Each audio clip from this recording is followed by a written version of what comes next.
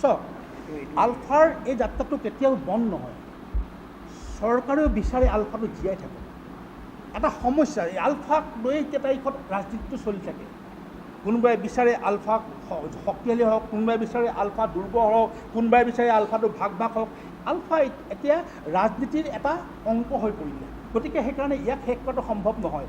কিন্তু আমি যদি বাস্তৱতলৈ লক্ষ্য ৰাখোঁ, আপোনালোকে নিজেই ভাবক যে আলফাৰ 1000 বা 500 যুৱকে আজিৰ তাৰিখত অসমৰ জনগণক লগত নোলোৱাকৈ, জনজাগৰণ সৃষ্টি নকৰাকৈ স্বাধীনতা সম্ভৱ নেকি? পৰেশ বৰুৱা ছাৰকো মই অনুৰোধ জনাইছোঁ যে এইটো ধৰণে স্বাধীনতা অনাটো সম্ভৱ নহয়। এই ধৰণে বছৰ বাগৰি যাব, এছাম ল'ৰা মৰি থাকিব যুদ্ধক্ষেত্ৰত, এছাম মানুহে বা লৈ থাকিব, কোনোবাই সতীৰ্থই কোনোবা সতীৰ্থক মাৰিবৰ কাৰণে পৰিকল্পনা কৰিব, কোনোবাই কাৰোবাক আশ্ৰয় দিলে তাত হত্যা কৰিবৰ কাৰণে চেষ্টা কৰিব।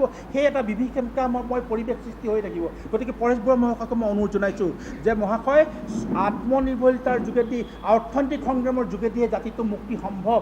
কিন্তু দৰদাম কৰাৰ ক্ষমতা এতিয়াও আপোনাৰ আছে। দৰদাম কৰি জাতিটোক সুৰক্ষিত কৰিব পৰা যদি এজন ব্যক্তি আছে, সেইজনে হৈছে পৰেশ বৰুৱা। পৰেশ বৰুৱাক সেইকাৰণে আমি আহ্বান জনাইছোঁ যে পূৰ্ণ স্বায়ত্ব শাসনৰ দাবীত আলোচনাৰ টেবুললৈ আহক। পূৰ্ণ স্বায়ত্ব শাসনৰ যোগেদি জাতিটোক সুৰক্ষিত কৰক আৰু অসমৰ যুৱচামটোক আপুনি নেতৃত্ব দি পেলাই অৰ্থনৈতিক সংগ্ৰামখনক আপুনি নেতৃত্ব দিয়ক আৰু অসমক অৰ্থনৈতিকভাৱে এখন শক্তিশালী ৰাজ্য হিচাপে প্ৰতিষ্ঠা কৰক। অসমৰ নৱপ্ৰজন্মক আপুনি আত্মনিৰ্ভৰশীল কৰি আপুনি এক ব্যৱস্থা আপুনি লওক। আপোনাক অসমৰ ৰাইজে, অসমৰ জনগণে সেৱা কৰিব। সেইজন ব্যক্তি এতিয়াও আপুনি হৈ আছে, কেৱল আপুনি এই ধৰণৰ সিদ্ধান্তই। আৰু অসমৰ ৰাইজকো আমি অনুৰোধ জনাইছোঁ, বহু মানুহ আছে পৰেশ বৰুৱাক ভুল তথ্য দি আছে যে আপুনি নেৰিব, আপুনি বন্দুক ধৰি থাকক, স্বাধীনতা আহিবই, আমি আছোঁ বুলি কৈ পেলাই ইয়াৰ পৰাই আমি আছোঁ বুলি কয়, কিন্তু লগত নাযায়। এই আমি আছোঁ বুলি কৈ থকা মানুহখিনিয়ে ভয়ানক। গতিকে পৰেশ বৰুৱা মহাশয়ক আপোনালোকেও অনুৰোধ জনাওক যে মহাশয়, এতিয়াও দৰদাম কৰিব পৰা ক্ষমতা আপোনাৰ আছে। দৰদাম কৰিব পৰা ক্ষমতা থকা সময়তে ৰাষ্ট্ৰৰ লগত আলোচনাৰ টেবুলত বহক, পূৰ্ণ স্বায়ত্তশাসনৰ যোগেদি জাতিটোক সুৰক্ষিত কৰক আৰু অসমৰ সকলো ৰাইজে কওক যে পৰেশ বৰুৱা মহাশয়ক আহক মহাশয়, এনেই নাহিব, পূৰ্ণ স্বায়ত্তশাসন আজৰি আনিব পৰাকৈ আপুনি আহক আৰু কেন্দ্ৰৰ লগত দৰদাম কৰি পেলাই সেই পূৰ্ণ স্বায়ত্তশাসন দাবী আপুনি আজৰি আনক। কাৰণ পৰেশ বৰুৱা মহাশয় একদিন জাতীয়তাবাদী যুৱ ছাত্ৰ পৰিষদে আছিল আৰু জাতীয়তাবাদী যুৱ ছাত্ৰ পৰিষদৰ লক্ষ্যটো হৈছে পূৰ্ণ স্বায়ত্তশাসনৰ। গতিকে পৰেশ বৰুৱা ছাৰৰ চিন্তাত সেই তাহানিৰ সেই দাবীটো আছেতো। তাৰপিছত অসমৰ জনগণক একেলগে লৈ পেলাই আগবাঢ়ি গৈ পেলাই স্বাধীনতাৰ দাবীটো লৈছিলে। কিন্তু এতিয়া দেখিছে অসমৰ জনগণ সেই ক্ষেত্ৰত আগবাঢ়ি যাবৰ কাৰণে প্ৰস্তুত নহয়। চাওক, সাৰ্বভৌমত্বৰ দাবীটো অপ্ৰাসংগিক কাহিনী নহয়, এইটো ইতিহাসভাৱে সত্য, বুৰঞ্জীভাৱে সত্য। আমিতো কাহানিও পৰাধীন নাছিলোঁ। 600 বছৰীয়া আহোমৰ ৰাজত্বৰ ইতিহাস আছে। গতিকে পৰাধীনটো আমি নাছিলোঁ। কিন্তু সাম্প্ৰতিক পৰিস্থিতি সম্ভৱ জানো? আপুনি এটা মোক এটা কথা, বৰাক উপত্যকাত আজি স্বাধীন অসমৰ মেপখনে ঢুকি পাব জানো? বৰাক উপত্যকাৰ মানুহখিনিয়ে স্বাধীন অসমৰ দাবীটো কাহানি বা কৰিবনে? BTAD বড়ো মানুহখিনিয়ে আজি তাৰিখত স্বাধীনতাৰ দাবীটো সমৰ্থন কৰিবনে? কাৰ্বি আংলঙৰ কাৰ্বিখিনি আজি তাৰিখত স্বাধীন অসমৰ দাবীটো সমৰ্থন কৰিবনে? যদি কাৰ্বিয়ে নকৰে, যদি বড়োৱে নকৰে, যদি বৰাকৰ বেংগলীখিনি নকৰে, তেতিয়াহ'লে স্বাধীন অসমৰ দাবীখিনি কোনখিনি মানুহক লৈ পেলাই আমি কৰিম? আমি যেতিয়া আলফা জন্ম হৈছিল তেতিয়া গোটেই অসমীয়া ধাৰণাটো বেলেগ আছিলে। তেতিয়া মৰাণ, মটক, কোচ, কলিতা, আহোম, বড়ো এই ধৰণে ভাগ নাছিল। কিন্তু সময় বাগৰাৰ লগে লগে ৰাষ্ট্ৰই গোটেই জাতি জনগোষ্ঠীবিলাক ভাগ কৰি দিলে, অট'নমাছ কাউন্সিল দি দিলে, কিবা দি দিলে, ছেটেলাইট অট'নমাছ দি দিলে, কিবা কিবি দি পেলাই গোটেই জাতি জনগোষ্ঠীবিলাক ভাগ কৰি দিলে। এতিয়া অসমীয়া বুলি ধাৰণাটো নোহোৱা থাকিলে। অসমীয়া বুলি ধাৰণা নোহোৱাৰ পিছত স্বাধীন অসমৰ দাবীটো কেনেকৈ এতিয়া তাৰিখত হ'ব পাৰে? চবৰে মতাদৰ্শ, চবৰে চিন্তা চৰ্চা সুকীয়া। আজিৰ তাৰিখত আলোচনাপন্থী আলফাই চৰকাৰৰ লগত চুক্তি কৰিছে, সেইটো তেওঁলোকৰ সম্পূৰ্ণ সুকীয়া চিন্তা। সেইখিনি কাৰণ তেওঁলোকে প্ৰাক্তন আলফাৰ লগত আলোচনা বিশেষকৈ হয়তো কৰা নাই বা অসমৰ জনগণৰ লগত কি ধৰণে আলোচনা কৰিছে আমি নাজানো। তেওঁলোকে চুক্তি কৰিছে, চুক্তিৰ দফাখিনিও আজি তাৰিখত ক্লিয়াৰ নহয়, অসমৰ জনগণক অৱগত নাই কৰা। গতিকে আমি আলফা আলোচনাপন্থীয়ে চৰকাৰৰ লগত কি আলোচনা কৰিছে সেইখিনিত আমি বেছিকৈ মূৰ ঘমাবলৈ যোৱা নাই। আমাৰ সিদ্ধান্তটো হৈছে যে এই আলোচনাখিনিৰ যোগেদি সৰ্বহাৰা মানুহখিনিয়ে, শ্বহীদ পৰিয়ালখিনিয়ে হওক, নিৰ্যাতিত পৰিয়ালবিলাকে হওক বা অসমৰ জনগণে বিশেষ একো পোৱা নাই বুলি আমি ধাৰণা কৰিছোঁ। গতিকে সেইকাৰণে আমি সিদ্ধান্ত লৈছোঁ যে আমি সেই মানুহখিনিক কিবা এটা হ'লেও কৰিবৰ কাৰণে, কিবা মানুহখিনিৰ কাৰণে কৰিবলৈ কাৰণে চেষ্টা কৰিম। মোক যিঘৰ মানুহে ভাত দি পেলাই আশ্ৰয় দিছিলে, মোৰ কাৰণে যিঘৰ মানুহে মাৰ খাই পেলাই জেললৈ গ'ল, সেই মানুহখিনিক মই কি কৰিব পাৰোঁ, তাৰ কাৰণে এটাই পথ আছে আজি তাৰিখত আপুনি এইটো স্পষ্ট, আমাৰ অসমীয়া মানুহক যদি আপুনি এই ধৰণৰ প্ৰত্যেকটো পৰিয়ালক যদি 1 লাখ টকাকৈ আলোচনাৰ পৰা আহি পেলাই 1 লাখ টকা দি দিয়ে, তেতিয়াও সমস্যা সমাধান নহয়। টকাৰে সমস্যা সমাধান কৰিব নোৱাৰে। শ্বহীদ পৰিয়ালখিনি 1 লাখ 2 লাখ টকা দি দিলেও সমস্যা সমাধান নহয়, কাৰণ অসম আন্দোলনৰ শ্বহীদ পৰিয়ালবিলাক 5 লাখ 4 লাখ টকাকৈ দিয়া হ'ল, সমস্যাৰ সমাধান নহ'ল, জাতিটো আগ নেবাঢ়িলে। মই অসমত এটা অৰ্থনৈতিক সংগ্ৰামৰ এটা ৰিভলিউশ্যন আনিছিলোঁ, যাৰ এইটোৰ নাম হৈছিলে অসম সাৰথী বুলি এটা সংগঠন বনাই মই এটা ৰিভলিউশ্যন আনিবৰ কাৰণে চেষ্টা কৰিছিলোঁ। অসমৰ প্ৰায় 20-25,000 যুৱক য'ত অংশগ্ৰহণ কৰিছিলে, তাৰ যোগেদি আমি কিছুমান অৰ্থনৈতিক আমি কাম আৰম্ভ কৰি দিছিলোঁ সম্পূৰ্ণৰূপে। কিন্তু এই যিটো প্ৰক্ৰিয়া, ইয়াত যেতিয়া এইখিনি ল'ৰাই উবুৰ খাই পৰিলে, তেতিয়া আমাৰে কিছুমান মানুহে মোক ৰাজনৈতিকভাৱে হত্যাৰ পৰিকল্পনা কৰিলে। আৰু সেই হত্যাৰ পৰিকল্পনা কেনেকৈ কৰিছে, অধিকাংশ সাংবাদিক যে আছে অধিকাংশই জানেই। মোৰ বিৰুদ্ধত চূড়ান্ত ৰূপত অপপ্ৰচাৰ চলোৱা হ'ল। ময়ে হেনো গোটেই অসমৰ যুৱকবিলাকক, আলফাবিলাকক ময়ে হেনো হত্যা কৰিলোঁ, ধৰ্ষণৰ অভিযোগ অনা হ'ল, হত্যাৰ অভিযোগ অনা হ'ল, ডকাইতিৰ অভিযোগ অনোৱা হ'ল, ৰৰ এজেণ্ট হিচাপে মোক চিহ্নিত কৰা হ'ল, ইত্যাদি চিন্তা কৰি পেলাই মোক ৰাজনৈতিকভাৱে হত্যা কৰাৰ পৰিকল্পনা কৰা হ'ল। সেই পৰিকল্পনাৰ যোগেদি মোক আলফাৰ মুখ্য দায়িত্ব কেন্দ্ৰীয় কৰ্ম পৰিষদত মই আছিলোঁ, তাৰ পৰা মোক বহিষ্কাৰ কৰা হ'ল। অৰ্থাৎ মোক তেওঁলোকে সেই গোটেই প্ৰক্ৰিয়াটোৰ পৰা আঁতৰাই দিয়া হ'ল, যাৰ কাৰণে মই 2 বছৰ সম্পূৰ্ণৰূপে ঘৰত বহি মোৰ নিজৰ অঞ্চলৰ ল'ৰা ছোৱালীখিনিক লৈ পেলাই মই কাম কৰিবলৈ চেষ্টা কৰিছিলোঁ। কিন্তু শেষত আমাৰ প্ৰাক্তন আলফাখিনি মোৰ ওচৰলৈ গৈ মোক ক'লে যে আপুনি আহক আমাৰ লগত, আমি একেলগে অৰ্থনৈতিক সংগ্ৰামখন আৰম্ভ কৰোঁ। তেতিয়া মই কৈছোঁ মই প্ৰাক্তন আলফা চালফা হ'বলৈ নাই, মই লোকে স্পষ্টভাৱে কৈছোঁ, এইটো গোটেইখিনি আছে, মই সেইবিলাক হ'বলৈ নাই, মোক লিডাৰো নালাগে, মোক তাত দায়িত্বও নালাগে। যদি প্ৰাক্তন আলফাখিনিয়ে কয় খেতি কৰিম, ফাৰ্ম কৰিম, এগ্ৰিকালচাৰ কাম কৰিম, আত্মনিৰ্ভৰশীল হ'ম, তেতিয়াহ'লে কিন্তু মই আগত থিয় হ'ম। সেই তেওঁলোকে প্ৰতিশ্ৰুতি দিছে, মই আগত থিয় হ'বলৈ আহিছোঁ। মই এতিয়া আজি মিটিঙতো কৈছোঁ, অকল প্ৰাক্তন আলফাক লৈ পেলাই মই কাম নকৰোঁ, প্ৰাক্তন আলফাৰ লগতে উঠি অহা নিবনুৱা যুৱকসকলক লৈ পেলাই মই অৰ্থনৈতিক সংগ্ৰাম কৰিম। গোটেইখিনি যদি এগ্ৰী আছে, তেতিয়াহ'লে মই আজিৰ পৰা আগবাঢ়িম। এগ্ৰী হৈছে ওদালগুৰি জিলা। আপোনালোকে 2 বছৰ ৱেইট কৰক, 2 বছৰৰ ভিতৰত প্ৰাক্তন আলফাই অসমৰ বজাৰ দখল কৰি আপোনালোকক দেখাব। সেইটো আমি আজি তাৰিখত আপোনালোকক প্ৰতিশ্ৰুতি দিছোঁ। আচলতে আমি আজি প্ৰায় 5-6 মাহৰ পৰা গোটেই অসমৰ প্ৰাক্তন আলফা ল'ৰাখিনিক সংগঠিত কৰিবৰ কাৰণে চেষ্টা কৰিছোঁ। অসমত প্ৰায় 10,000 পৰা 12,000 প্ৰাক্তন আলফা আছে। এই গোটেই প্ৰাক্তন আলফাখিনিয়ে অৱহেলিত হৈ আছে, আৰ্থিকভাৱে অত্যন্ত দুৰ্বল। আৰু আমি যিহেতু এখন সংগ্ৰাম কৰিবলৈ গৈছিলোঁ, স্বাধীনতা সংগ্ৰাম, স্বাধীনতাটো আমি কিছু মতাদৰ্শ কাৰণতে বা অন্য কাৰণতে আমি সেইখন সংগ্ৰামত টিকি থাকিব নোৱাৰিলোঁ, ওলাই গুচি আহিলোঁ। আমি ভাবিছোঁ যে আজি তাৰিখত আমি ফিল্ডত ঘূৰি পেলাই দেখিছোঁ যে জাতিটোৰ দুৰৱস্থাৰ মূলতে হৈছে অৰ্থনৈতিক যিটো সমস্যা, অৰ্থনৈতিক দুৰ্বলতাটোৱে হৈছে জাতিটোৰ কাৰণে আটাইতকৈ ডাঙৰ সমস্যা। গতিকে আমি সেইকাৰণে প্ৰাক্তন আলফাই এখন নতুন সংগ্ৰামৰ অৱতাৰণা কৰিবৰ কাৰণে ঐক্যবদ্ধ হৈছোঁ, আৰু সেই সংগ্ৰামখনে হৈছে অৰ্থনৈতিক সংগ্ৰাম।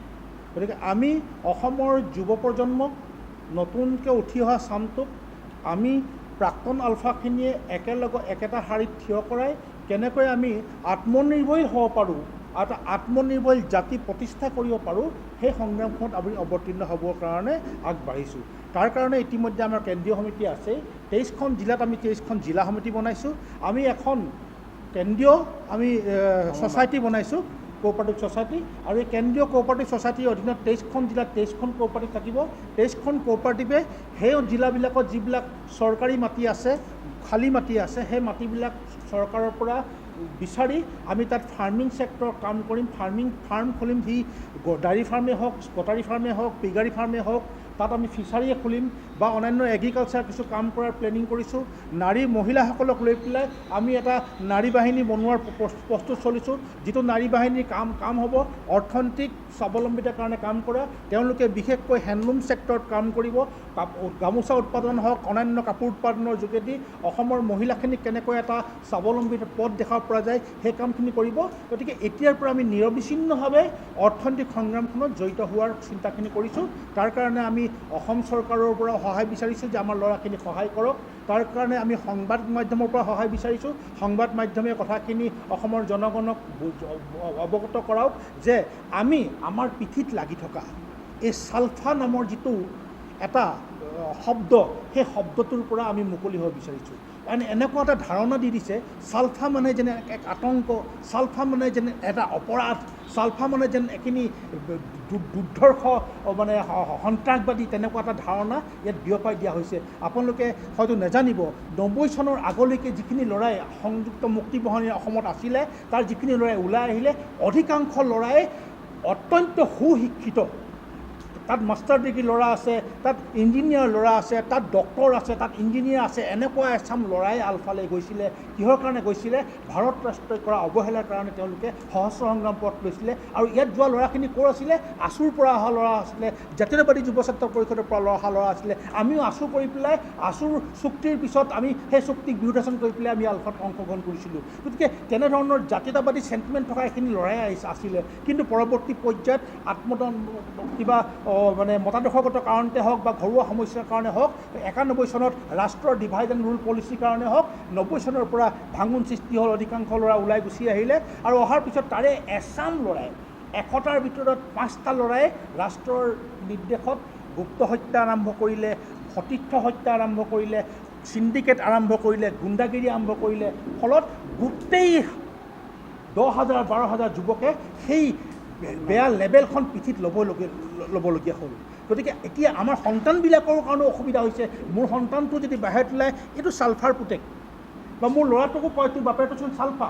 এই ধৰণৰ কিছু সমস্যা আছে। গতিকে আমি এই টেগটো নোহোৱা কৰিবলৈ বিচাৰিছোঁ, আৰু নোহোৱা কৰিবৰ কাৰণে এটাই পথ আছে, অৰ্থনৈতিক সংগ্ৰামৰ যোগেদি অসমৰ যুৱ প্ৰজন্মক আত্মনিৰ্ভৰশীল কৰা, অৰ্থনৈতিক সংগ্ৰামৰ যোগেদি জাতিটোক আগবঢ়াই লৈ যোৱা।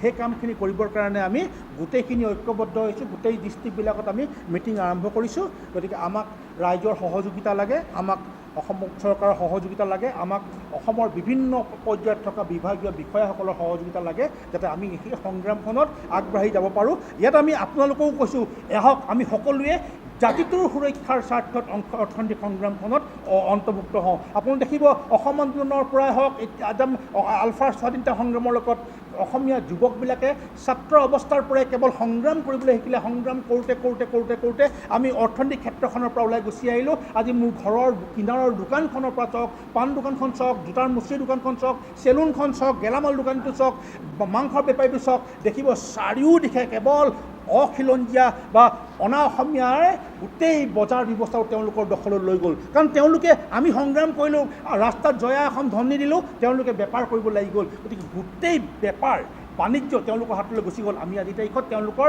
গেলামালৰ দোকানত আজি আমাৰ অসমীয়া যুৱকে দগাপাল্লা ল'বলগীয়া হৈছে, কোনোবা ইণ্ডাষ্ট্ৰীত চকীদাৰ কৰিবলগীয়া হৈছে অসমীয়া যুৱকে। ইয়াত যদি চকীদাৰ নাই পোৱা, বেংগলোৰত চকীদাৰ কৰিবলগীয়া হৈছে। গতিকে আমাৰ কিন্তু চাৰিওদিশে অজস্ৰ জলাশয় আছে, অজস্ৰ পৰিত্যক্ত মাটি আছে। আমাৰ নিজৰ ঘৰবিলাকতো 4 বিঘা 5 বিঘা অধিকাংশ যুৱকৰ ঘৰত মাটি আছে, কিন্তু আমি কাম কৰিবলৈ নিশিকিলোঁ। কিয় নিশিকিলোঁ? কৰ্ম সংস্কৃতি আৰম্ভণিৰ পৰা আমাৰ শেষ হৈ গ'ল। আন্দোলনৰ নামত আমি কৰ্ম সংস্কৃতিৰ পৰা আঁতৰি গুচি আহিলোঁ। গতিকে এতিয়াৰ পৰা আমি কৰ্ম সংস্কৃতি শিকাবলৈ চেষ্টা কৰিব লাগিব নতুন প্ৰজন্মক, আৰু নিজৰ বাৰীখনতে কেনেকৈ আমি উৎপাদন কৰি আমাৰ পৰিয়ালটোক পোহপাল দিব পাৰোঁ, নিজৰ প্ৰয়োজনীয়খিনি আমি উৎপাদন কৰিব পাৰোঁ, সেই চিন্তাখিনি, সেই চেতনাখিনি যদি আমি ল'ৰাখিনিক দিব পাৰোঁ, সৰুৰ পৰাই তেওঁলোকৰ মনত যদি আমি আত্মনিৰ্ভৰশীল যাত্ৰাটো যদি সোমাই দিব পাৰোঁ, চাকৰিমুখী প্ৰৱণতাৰ বিৰুদ্ধে, চাকৰমুখী প্ৰৱণতাৰ বিৰুদ্ধে মূৰ তুলি জীয়াই থাকিব পৰা প্ৰৱণতা যদি আমি তেওঁলোকৰ মনত আনি দিব পাৰোঁ, তেতিয়াই জাতিটো এটা পৰ্যায়লৈ গতি কৰিব, অৰ্থাৎ স্বাধীনতাৰ দুৱাৰখনত খেতি অৱতীৰ্ণ হ'ব। গতিকে আমি এই ক্ষেত্ৰত অসমীয়া ৰাইজৰ স্বাৱলম্বিতাৰ এই যাত্ৰাত আজি ভাৰত চৰকাৰেও কৈছে স্বাৱলম্বী আত্মনিৰ্ভৰশীল ভাৰত, অসম চৰকাৰে কৈছে আত্মনিৰ্ভৰশীল অসম প্ৰতিষ্ঠা কৰিম। আমিও ভাৰত চৰকাৰ আৰু অসম চৰকাৰৰ সেই যিটো তেওঁলোকৰ সপোন, সেই সপোনটোক পূৰণ কৰিব পৰাকৈ আমি হাতে কামে লাগিবৰ কাৰণে আগবাঢ়িছোঁ। আমাৰো সিদ্ধান্ত আত্মনিৰ্ভৰশীল অসম, অসমীয়া জাতিটোক আত্মনিৰ্ভৰশীল কৰি গঢ়ি তোলা। গতিকে চৰকাৰৰ সহযোগিতা বিচাৰিছোঁ, আপোনালোকৰ সহযোগিতা বিচাৰিছোঁ। আমি কোনো ক্ষেত্ৰতেই সন্ত্ৰাস সৃষ্টি নকৰোঁ। আমিও ভাৰত চৰকাৰ আৰু অসম চৰকাৰৰ সেই যিটো তেওঁলোকৰ সপোন, সেই সপোনটোক পূৰণ কৰিব পৰাকৈ আমি হাতে কামে লাগিবৰ কাৰণে আগবাঢ়িছোঁ। আমাৰো সিদ্ধান্ত আত্মনিৰ্ভৰশীল অসম, অসমীয়া জাতিটোক আত্মনিৰ্ভৰশীল কৰি গঢ়ি তোলা। গতিকে চৰকাৰৰ সহযোগিতা বিচাৰিছোঁ, আপোনালোকৰ সহযোগিতা বিচাৰিছোঁ। সন্ত্ৰাস সৃষ্টি নকৰোঁ। আমিও ভাৰত চৰকাৰ আৰু অসম চৰকাৰৰ সেই যিটো তেওঁলোকৰ সপোন, সেই সপোনটোক পূৰণ কৰিব পৰাকৈ আমি হাতে কামে লাগিবৰ কাৰণে আগবাঢ়িছোঁ। আমাৰো সিদ্ধান্ত আত্মনিৰ্ভৰশীল অসম, অসমীয়া জাতিটোক আত্মনিৰ্ভৰশীল কৰি গঢ়ি তোলা। গতিকে চৰকাৰৰ সহযোগিতা বিচাৰিছোঁ, আপোনালোকৰ সহযোগিতা বিচাৰিছোঁ। আমি কোনো ক্ষেত্ৰতেই সন্ত্ৰাস সৃষ্টি নকৰোঁ, আমি কোনো ক্ষেত্ৰতে চিণ্ডিকেট নকৰোঁ, আমি কোনো ক্ষেত্ৰতে দম্ভালি নামাৰোঁ, আমি কোনো ক্ষেত্ৰতে ভয় ভাবুকিৰ সৃষ্টি নকৰোঁ। আমি দৰকাৰ হ'লে ট্ৰেক্টৰ চলাম, পাৱাৰ টিলাৰ চলাম, কোৰখন ল'ম, দাখন ল'ম, কাম কাজৰ যোগেদি আমি অসমৰ নতুন প্ৰজন্মক আমাৰ এইখন মঞ্চলৈ আমি আদৰণি জনাম। লগতে এইটো কথাও কৈ থৈছোঁ যে আমি 23খন জিলা সংগঠিত হৈছোঁ, 10,000 যুৱকক সংগঠিত কৰিবলৈ চেষ্টা কৰিছোঁ। আমি আত্মনিৰ্ভৰশীল যাত্ৰাৰ লগতে অসমীয়া জাতিৰ ক্ষেত্ৰত অসমীয়া মানুহক যদি ক'ৰবাত যদি সমস্যাৰ সন্মুখীন হয়, অসমীয়া জাতি যদি ক'ৰবাত শংকাৰ সন্মুখীন হয়, তেতিয়াহ'লে কিন্তু সেই ক্ষেত্ৰতো আমাৰ প্ৰাক্তন আলফা সমন্বয়ৰক্ষী সমিতিয়ে আগত থিয় হৈ পেলাই জাতিক সুৰক্ষিত কৰিবৰ কাৰণেও চেষ্টা কৰিব। সেইটো আমাৰ পিছৰ এজেণ্ডা। আমি জাতিটো সুৰক্ষিত কৰিবৰ কাৰণেও কিন্তু সদায় আগবাঢ়ি আহিম। যেনেকৈ কা আন্দোলনত আমি মুখ্য ভূমিকা লৈছিলোঁ, জাতিৰ দুৰ্যোগৰ মুহূৰ্তত আমি মুখ্য ভূমিকা ল'ম, জাতিৰ দুৰ্যোগৰ মুহূৰ্তত আমি জাতিৰ পক্ষত থিয় হ'ম, আৰু আন সময়ত আমি পথাৰত আমি ব্যস্ত হ'ম। পথাৰ আমাৰ, বজাৰ আমাৰ, এই শ্লোগান আমাৰ থাকিব। পথাৰত আমি কাম কৰি বজাৰ দখল কৰাৰ সপোন আমাৰ আছে, সেইখিনিয়ে আজি আমি ইয়াত সংকল্প লৈছোঁ।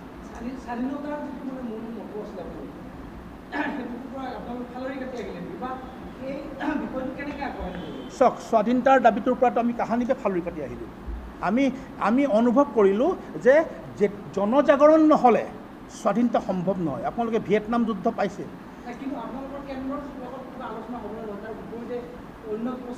নাই নাই, ইয়াততো আমাৰ চুক্তি টুক্তি একো কথা নাই, কেন্দ্ৰৰ লগত আমাৰ কিবা আলোচনা কৰাৰ কথা নাহে। কেন্দ্ৰীয় চৰকাৰৰ লগতো দৰকাৰ হ'লে আমি বহিম, আত্মনিৰ্ভৰশীল যাত্ৰাটোৰ ওপৰত যদি কিবা কৰিবলগীয়া থাকে আমি CM মহোদয়ৰ লগতো বহিম। আমি অনুৰোধ জনাম যে আমাৰ যুৱক যুৱতীসকলক, স্থানীয় গাঁওবিলাকৰ যুৱক যুৱতীসকলক আত্মনিৰ্ভৰশীল তেওঁলোকৰ যিবিলাক আঁচনি আছে, আঁচনিবিলাকত আমি কেনেকৈ জড়িত তেওঁলোকক কৰিব পাৰিম, সেইটো সন্দৰ্ভত তেওঁলোকক কথা পাতি পেলাই আমি সেই বস্তুখিনিত আগবাঢ়ি যাম। আমাৰ উদ্দেশ্য এটা হৈছে অসমক আত্মনিৰ্ভৰশীল কৰা, অসমৰ নতুন প্ৰজন্মক আত্মনিৰ্ভৰশীল কৰি তেওঁলোকক মূৰ তুলি থিয় কৰি দিব পৰা এটা ব্যৱস্থা। কিন্তু স্বাধীনতাৰ দাবীটোৰ পৰা আজি স্পষ্ট কৈছোঁ, সম্পূৰ্ণৰূপে আমি আঁতৰি আহিছোঁ। এটা কথা স্পষ্ট, যেতিয়ালৈকে অসমৰ 2.5 কোটি জনগণক সংগঠিত কৰিব পৰা নাযাব, তেতিয়ালৈকে এই দাবীটোক আমি নেক্সট লেভেললৈ লৈ যাবলৈ আমি সক্ষম নহওঁ। ৰাজনীতিয়ে বন্দুকক নিয়ন্ত্ৰণ কৰিব লাগিব। ৰাজনীতি নাথাকিলে সহস্ৰ ধাৰাটো আগবঢ়াই দিয়াটো সম্ভৱ নহয়। আজিৰ তাৰিখত কেৱল সহস্ৰ ধাৰাটো আগবাঢ়িছে, ৰাজনীতি জিৰ' হৈ থাকিলে। গতিকে সেইকাৰণে ই আগবঢ়া নাই। গতিকে আমি সেই পৰ্যায়টোৰ পৰা আঁতৰি আহিছোঁ। আমি জানো যদি আমি অৰ্থনৈতিকভাৱে আমি স্বাৱলম্বী হ'ব পাৰোঁ, তো জাতিটোৱেও মুক্তি লাভ কৰিবৰ কাৰণে সক্ষম হ'ব।